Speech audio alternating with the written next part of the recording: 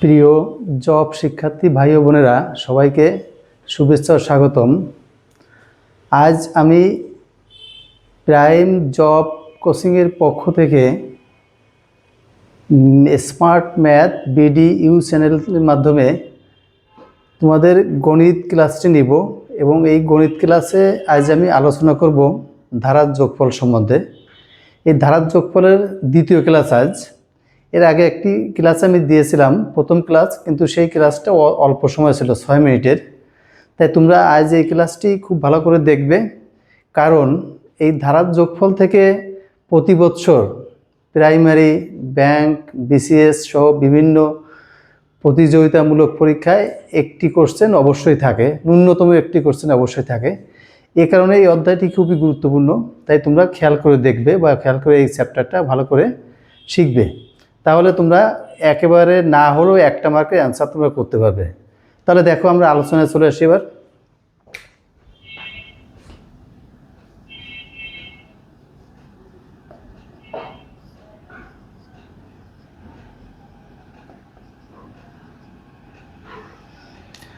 আমাদের এই অধ্যায়টার নাম হচ্ছে ধারা বা ধারার যোগফল নির্ণয়। এখন এই ধারাটা পড়তে গেলে আমাদের সাথে অনুক্রম বা সিকোয়েন্সটা চলে আসে, অনুক্রম বা সিকোয়েন্স। এখন প্রশ্ন হচ্ছে অনুক্রম কি আর হচ্ছে ধারা কি, এটা আগে আমরা প্রথমে দেখব। দেখো, অনুক্রমের ক্ষেত্রে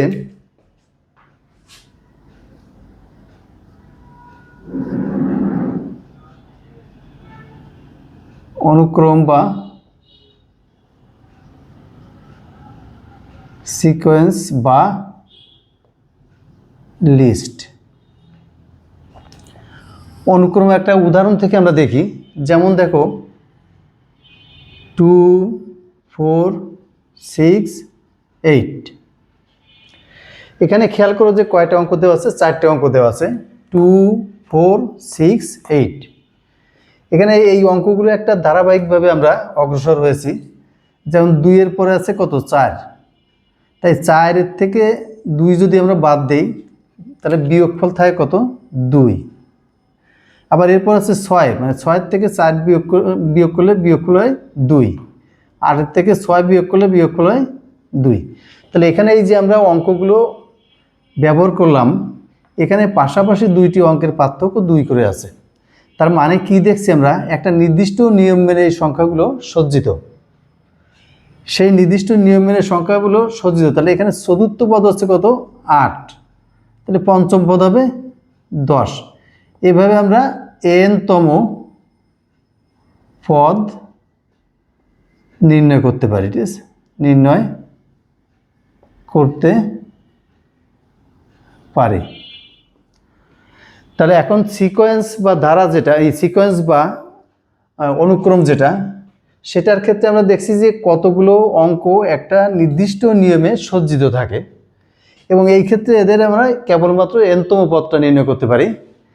তা এইটা হচ্ছে তোমার অনুক্রম বা সিকোয়েন্স বা লিস্ট। এখন যদি আমরা এটাকে ধারার মাধ্যমে রূপান্তর করতে চাই, এই যে অনুক্রমটা লিখলাম আমরা, এই অনুক্রমের মাধ্যমে যেহেতু আমরা n-তম পদ নির্ণয় করতে পারি। এখন এই যদি তোমাদের বলা হয় যে এই অনুক্রম থেকে n-তম পদ হোক বা 10টা পদ হোক বা 20টা পদ হোক বা 30টা পদ হোক, সেই পদগুলো যোগফল নির্ণয় করতে হবে। যেমন এই যে 2 + 4 + 6 + 8, এটা যোগফল কত, 8 হচ্ছে 14, 18, 2, 20। এই যে যোগ করে আমরা এই অনুক্রমটার পদগুলোকে, 4টে পদ যোগ করে আমরা যোগফল 20 পেলাম। তাই যে কোনো অনুক্রমকে যোগ করার যে প্রক্রিয়া, সেইটা হচ্ছে ধারা। কোনো অনুক্রমকে যোগ করার যে প্রক্রিয়া, সেইটা হচ্ছে ধারা। তাহলে ধারার মাধ্যমে আমরা কি পাই, নির্দিষ্ট সংখ্যক পদের যোগফল পাই। আর অনুক্রমে আছে তোমার নির্দিষ্ট সংখ্যক পদের n-তম পদ বা যে কোনো তম পদ আমরা নির্ণয় করতে পারি। তাহলে এই হচ্ছে অনুক্রম এবং ধারা। তাহলে এখন অনুক্রম থেকে আমরা ডিটেলস না গিয়ে আমরা ধারায় চলে আসব। এখন প্রশ্ন হচ্ছে, ধারাটা আমরা যে দেখলাম যে একটা নির্দিষ্ট নিয়ম মেনে কতগুলো সংখ্যা বা অঙ্ক বসানো হবে, সেই অঙ্কগুলো যোগফল নির্ণয়ের প্রক্রিয়া হচ্ছে ধারা। তা এখন প্রশ্ন হবে আমাদের ধারা কয় ধরনের হতে পারে সেটা আমরা একটু আলোচনা করব। দেখো,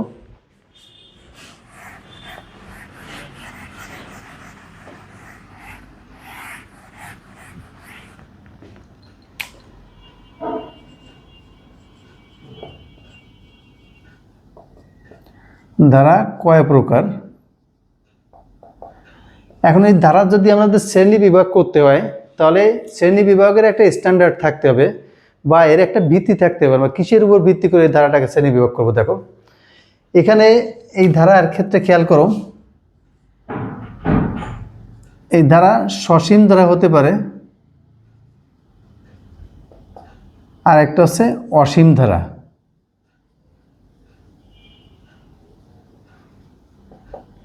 সসীম ধারা, অসীম ধারা, এটা হচ্ছে ধারায় যে পদগুলো ব্যবহার করা হবে সেই পদগুলোর সংখ্যার উপর ভিত্তি করে ধারাকে আমরা দুই ভাগে বিভক্ত করছি। একটা হচ্ছে সসীম ধারা আর একটা হচ্ছে অসীম ধারা। সসীম ধারা থেকে তোমরা নিশ্চয়ই বুঝতে পারছো সসীম বা যার সীমা আছে, তার মানে যে ধারায় যেমন 2 যোগ 4 যোগ 6 যোগ 8, এখানে এইগুলো যদি যোগ করি তাহলে কত আসে? 8 হচ্ছে 14 হচ্ছে 18 2 20। এখানে দেখো এই যে পদ সংখ্যা কয়টা আছে? 1টা 2টা 3টা 4টা। তাহলে এই যে পদ আমরা গুণে কিন্তু বলতে পারছি কয়টা পদ আছে। তাহলে এইটা হচ্ছে সসীম ধারা। তাহলে যে ধারার পদ সংখ্যা গুণে নির্ণয় করা যায় সেটা হচ্ছে সসীম ধারা। আর অসীম ধারার ক্ষেত্রে দেখো, যেমন 2 4 6 plus 8 plus dot dot dot dot অসীম পর্যন্ত গেল, ঠিক আছে, ইনফিনিটি পর্যন্ত গেল।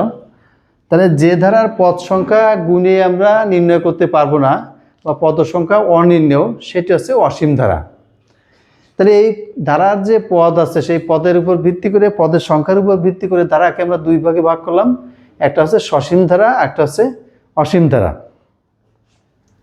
তাহলে এবার চলে আসি আমরা ধারা শ্রেণী বিভাগের আরেকটা ভিত্তি, সেটা হচ্ছে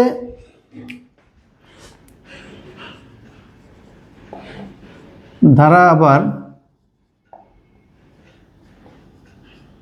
দুই প্রকার।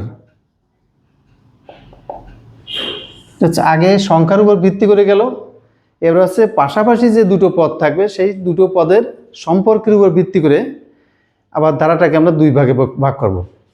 যেমন দেখো, একটা হচ্ছে গাণিতিক ধারা।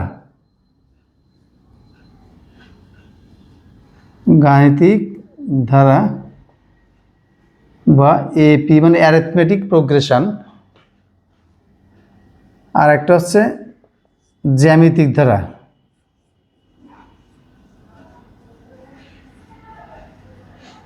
জ্যামিতিক ধারা, যেটাকে আমরা জিপি দিয়ে লিখি, মানে জিওমেট্রিক প্রোগ্রেশন। এই যে অ্যারিথমেটিক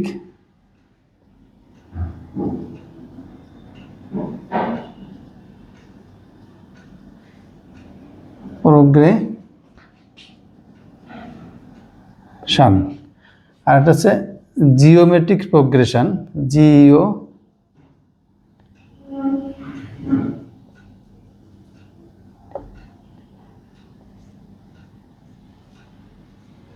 জিওমেট্রিক প্রোগ্রেশন। তাহলে ধারা পাশাপাশি দুইটা পদের সম্পর্কে ভিত্তি করে আমরা ধারাটাকে দুই ভাগে ভাগ করছি। একটা হচ্ছে গাণিতিক ধারা আর একটা হচ্ছে জ্যামিতিক ধারা। তাহলে আজ আমরা এই গাণিতিক ধারা নিয়ে আলোচনা করব। দেখো, গাণিতিক ধারাটা দেখো,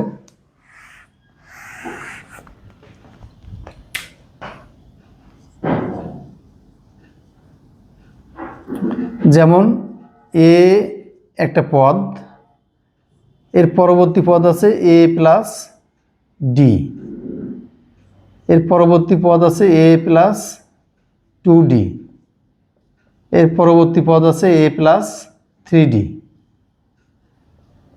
প্লাস এর পরবর্তী পদ আছে a plus n minus 1 into D. তাহলে এই যে একটা ধারা আমরা লিখলাম, দেখো, a plus d, a plus 2d, a plus 3d dot dot dot dot a plus n minus 1 into d. এখন প্রশ্ন হচ্ছে এই ধারাটা আমরা কীভাবে লিখলাম। দেখো, এখানে খেয়াল করো, এই যে দ্বিতীয় যে পদ আছে এ প্লাস ডি, আর প্রথম যে পদ আছে এ, এর সাথে এর পার্থক্য যে এখানে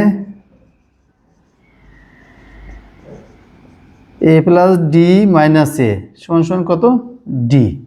এই যে দ্বিতীয় পদ বিয়োগ প্রথম পদ, দ্বিতীয় পদ বিয়োগ প্রথম পদ সমান ডি। আবার এ প্লাস টু ডি মাইনাস এ মাইনাস ডি সমান এখান থেকে তোমার আসে ডি। তৃতীয় পদ বিয়োগ দ্বিতীয় পদ, মানে যে পদ থেকে, যে পদের থেকে তার পূর্ববর্তী পদ বিয়োগ করলে পার্থক্য সমান আসে। দেখো খেয়াল করো, এটার থেকে এটা বিয়োগ করলে যে ডি আসে, আবার এটার থেকেও যদি এটা বিয়োগ করি তাহলে সেটা ডি আসবে। তাহলে এখানে খেয়াল করো যে পাশাপাশি দুটো পদের ভিতরে একটা সম্পর্ক দেখছি আমরা, সেই সম্পর্কটা কেমন, সম্পর্কটা হচ্ছে এদের বিয়োগফল সমান আছে। দেখো এটার সাথে এটার বিয়োগফল হচ্ছে ডি, আবার এইটির সাথে এটার বিয়োগফল ডি, এই যে এটার সাথে বিয়োগফল ডি হবে। এই বিয়োগফলের আরেকটা নাম আছে অন্তরফল বা অন্তর। এখন এই ধারাটার এই পাশাপাশি দুটো পদের অন্তর সমান হচ্ছে বলে একে আমরা সমান্তর ধারা বলতে পারি, ঠিক আছে। অতএব এইটাকে আমরা সমান্তর ধারাও বলতে পারবো। এখন সমান্তর ধারার দুইটা জিনিস আমরা শিখব, একটা হচ্ছে এনতম পদ নির্ণয় আর এন সংখ্যক পদের যোগফল নির্ণয়। তা এই ধারাটার খেয়াল করো, এই ধারাটার এনতম পদ আমি কীভাবে হিসাব করবো, দেখো এইটা হচ্ছে প্রথম পদ, এটা হচ্ছে এই ধারার হচ্ছে প্রথম পদ। তাহলে এই প্রথম পদকে আমরা এভাবে লিখতে পারি, দেখো এ প্লাস প্রথম মানে হচ্ছে ওয়ান, তাহলে one minus one into D, এই যে ডিটা আমি এখানে হিসাব করলাম। এখানে খেয়াল করো, ওয়ান থেকে ওয়ান যদি বিয়োগ করি তাহলে জিরো হয়ে যায়, জিরো ইন্টু ডি মানে জিরো, তার মানে টোটালি এ আসে এখানে। খেয়াল করো, তাহলে প্রথম পদ আসছে a plus one minus one into d. এরপরে দ্বিতীয় পদ আসছে দেখো a plus two minus one into D, এই যে এ প্লাস টু থেকে ওয়ান গেলে থেকে ওয়ান এ প্লাস ডি। এই যে দ্বিতীয় পদটা আমি এইভাবে লিখতে পারি। তৃতীয় পদটা আসছে তোমার a plus three minus one into d, তার মানে এটা সমান এই যে এ প্লাস টু ডি লেখা যায়। মানে যে কতম পদ ডির সাথে সেই সংখ্যাটার থেকে এক কম থাকে। মনে করো তৃতীয় পদে কথা বললে ডির সাথে টু থাকবে, চতুর্থ পদের কথা বললে তোমার ডির সাথে থ্রি থাকবে। তেমনি এনতম পদের কথা বললে এই যে এনতম পদ, এনতম পদ কত হবে, a plus n minus one into d, a হচ্ছে এনতম পদ। তাহলে এই যে সমান্তর ধারা, এই সমান্তর ধারার এনতম পদ কিন্তু আমরা নির্ণয় করে ফেললাম। দেখো তাহলে এখানে আমরা লিখতে পারি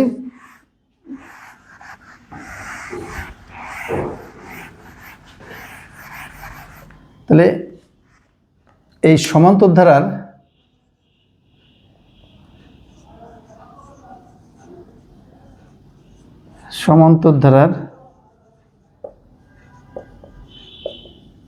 এনতম পদ, একে আমরা ইউ এন দিয়েও লিখি অনেক সময়, ইউ সাফিক্স এন। সমান্তর ধারার এনতম পদ ইউ এন সমান কি পেলাম, a plus n minus one into d. তা এখন এই যে এনতম পদ হচ্ছে ইউ এন সমান সমান a plus n minus one into d. এখানে এই পদগুলোর পরিচয় জানতে হবে। এই হচ্ছে প্রথম পদ,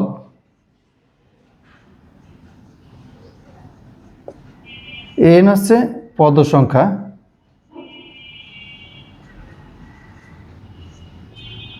আর ডি হচ্ছে পার্থক্য।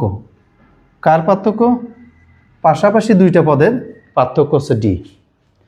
তা এখন এইখানে খেয়াল করো যে এনতম পদকে আমরা ইউএন দিয়ে প্রকাশ করছি, আর সেটা সমান লিখছি আমরা a plus n minus one into D. তাহলে এখানে দেখো আননোন আছে ইউএন, এ, এন আর ডি। এখানে তোমার যদি এনতম পদ দেওয়া থাকে, আবার ডি দেওয়া থাকে, আবার এ দেওয়া থাকে, তাহলে সেখান থেকে আমরা এন বের করতে পারবো, মানে কয়টা পদ আছে ওই ধারায় তা বের করতে পারবো। আবার যদি তোমার এন দেওয়া থাকে, ডি দেওয়া থাকে, এ দেওয়া থাকে, তাহলে এনতম পদ বের করতে পারবো, ঠিক আছে। তাহলে এইটা হচ্ছে তোমার এনতম পদ হিসাব করার সূত্র। তা এইটা খেয়াল করতে হবে, এটি খুবই গুরুত্বপূর্ণ। এবার দেখো এই ধারার এন সংখ্যক পদের যোগফল, ঠিক আছে, এই ধারার এন সংখ্যক পদের যোগফল। এখন প্রশ্ন হচ্ছে কি, এই ধারার এন সংখ্যক পদের যোগফল বের করতে গেলে আমরা একটা সূত্রের মাধ্যমে লিখলে হয়ে যায়, কিন্তু কিন্তু তারপরেও তোমরা এটা কিভাবে আসে সেটা একটু দেখলে তোমাদের মনে রাখতে সুবিধা হবে, প্লাস তোমাদের অন্যান্য অঙ্ক করতেও সুবিধা হবে। তাহলে দেখো,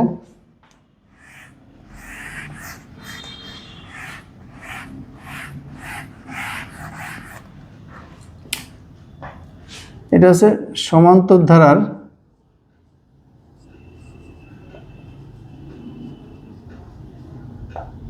প্রথম n সংখ্যক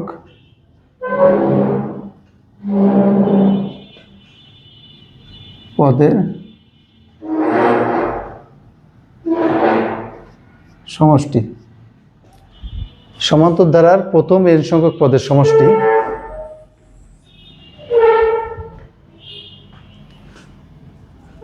ধরি Sn সমান সমান a plus d a plus 2d plus dot dot dot dot a plus n minus 1 into d. A হচ্ছে n সংখ্যক পদের যোগফলকে আমরা Sn দিয়ে লিখলাম, ঠিক আছে। এখন আমরা যদি একটা কাজ করি, এইটাকে উল্টায় লিখি এই মাথা দিয়ে, এবং Sn সমান সমান এই পদটাকে আমি এখানে লিখব a plus n minus 1 into D. এই পদটাকে, এর আগের পদটা হবে a plus n into D n minus 1, এর আগের পদটা হবে, এর পূর্বের পদটা হবে n মাইনাস 2, সরি এটা হচ্ছে তোমার n minus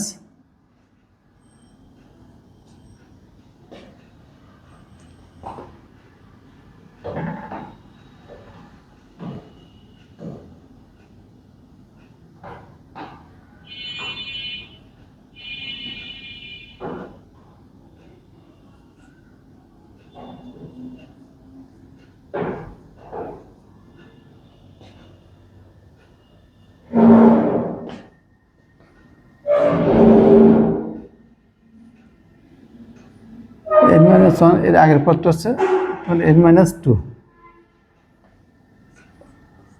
a plus n minus 3 D plus dot dot dot dot dot, এটা হবে তোমার a। তাহলে এইগুলো যদি আমি যোগ করি, দেখো যোগ করলে এই দুটো আসবে 2Sn। এই দুটো পদ যদি আমি যোগ করি, খেয়াল করি এইটা আর এটুকু যদি যোগ করি, তাহলে a প্লাস a হচ্ছে 2a, আর এর থেকে n মাইনাস 1 ইন্টু ডি। এবার এইটা, এই দুটো পদ যদি যোগ করি, খেয়াল করো, তাহলে a প্লাস a হচ্ছে 2a plus n minus 1 into n minus 2 plus 1, তাহলে n মাইনাস 1 ইন্টু ডি। এই দুটো যদি যোগ করি তাহলে আসবে 2a plus n minus 1 into D plus dot dot dot n সংখ্যক পদ। এই যে দেখো, এখানে খেয়াল করো, যোগ করলে এইটা এটা সব একই রকম আসছে, ঠিক আছে। এরকম কয়টা পদ আসবে? n সংখ্যক পদ আসবে। তাহলে 2Sn is equal to n into 2a plus n minus 1 into D. এরকম পদ আছে কয়টা? n সংখ্যক। তাহলে n সংখ্যক পদ যদি আমি যোগ করি, তাহলে n into 2a plus n minus 1 into D, ঠিক আছে। অতএব Sn is equal to n by 2 into 2a plus n minus 1 into D. তাহলে আমরা n সংখ্যক পদের যোগফল কত পেলাম? Sn is equal to 2a plus n minus 1 into D. এই হচ্ছে আমাদের সমান্তর ধারার n সংখ্যক পদের সমষ্টি। তাহলে এখন দেখো, আমরা সমান্তর ধারার n সংখ্যক পদের সমষ্টি নির্ণয়ের সূত্র দেখলাম, আর হচ্ছে nতম পদ নির্ণয়ের সূত্র দেখলাম। এখান থেকে আমি কয়েকটা উদাহরণ দেখাবো আর বাসার কাজ দেবো তোমরা।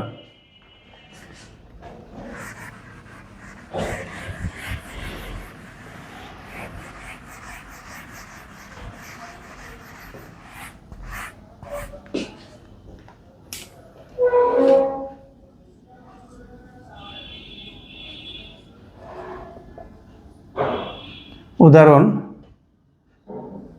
2 + 4 + 6 + 8 প্লাস ডট ডট ডট 10তম পদ। এই যে একটা ধারা দেওয়া আছে 2 + 4 + 6 + 8 প্লাস ডট ডট ডট 10তম পদ। এখন প্রশ্ন হচ্ছে আমরা ধারার যে শ্রেণী বিভাগ করেছিলাম প্রথমে সংখ্যার উপর ভিত্তি করে, সেই ধারার শ্রেণীবিন্যাস অনুযায়ী এটা কোন ধারার ভিতর পড়ে, সসীম ধারা না অসীম ধারা?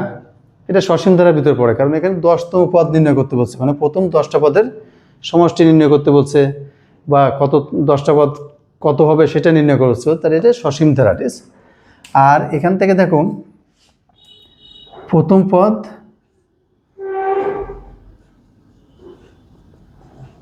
S1 2,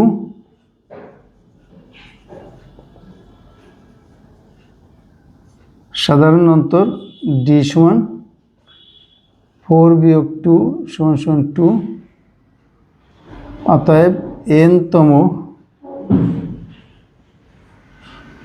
পদ UN = A plus n - 1 × D, অতএব 10তম পদ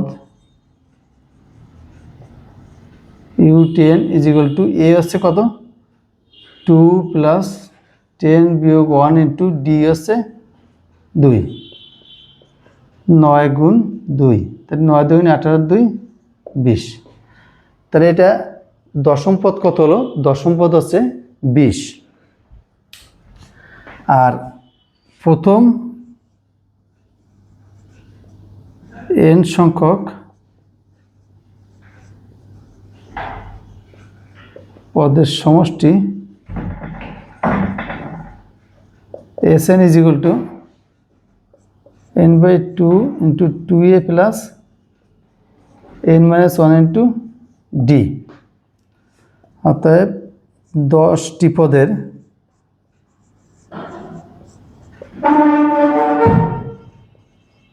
সমষ্টি সমান সমান 10/2 × 2 × এর মান হচ্ছে 2 প্লাস 10 বিয়োগ 1 × D হচ্ছে 2,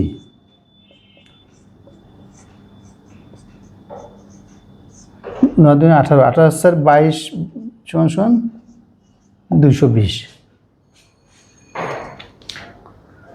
তাহলে 220 না, এখানে দেখো 18 হচ্ছে 22 × 5, 5 × 2 = 10, 10 = 11, তাহলে 110 ভুলে গেছে। তাহলে প্রথম 10টি পদের সমষ্টি হচ্ছে 110, আর n-তম পদ হচ্ছে 20। তাহলে এই হচ্ছে সমান্তর ধারার কিছু নিয়ম কানুন। আমরা আগামী ক্লাসে সমান্তর ধারার এবং গুণোত্তর ধারা আলোচনা করব। দেখো, আর কিছু কাজ দিয়ে দেবো বাসার, তোমরা এগুলো বাসা থেকে করবা।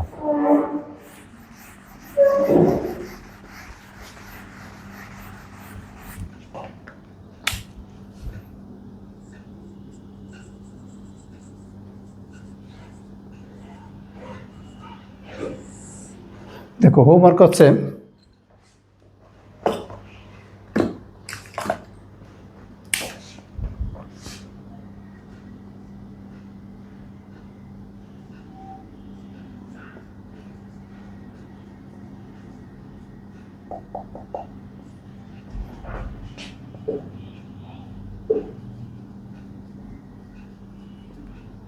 একুশতম পদ, কদা গাছে 21তম পদ কত, 21তম পদের সমষ্টি কত? 2 দেখাচ্ছে P plus Q, P plus 2Q, P plus 3Q এর n-তম পদ, আর n-তম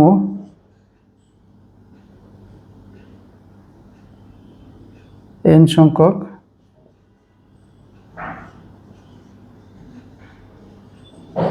পদের সমষ্টি কত, এইগুলো বাসার কাজ। এখন এটা যদি বাসায় করতে থাকো, আর আগামী ক্লাসে বেশি করে কাজ দিব। তা এখন তোমরা এইগুলোতে যদি প্রবলেম হয়, তাহলে আমার আইডিয়া আছে,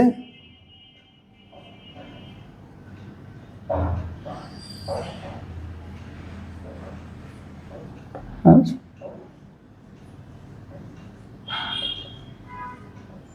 01937872664 এইটার হোয়াটসঅ্যাপে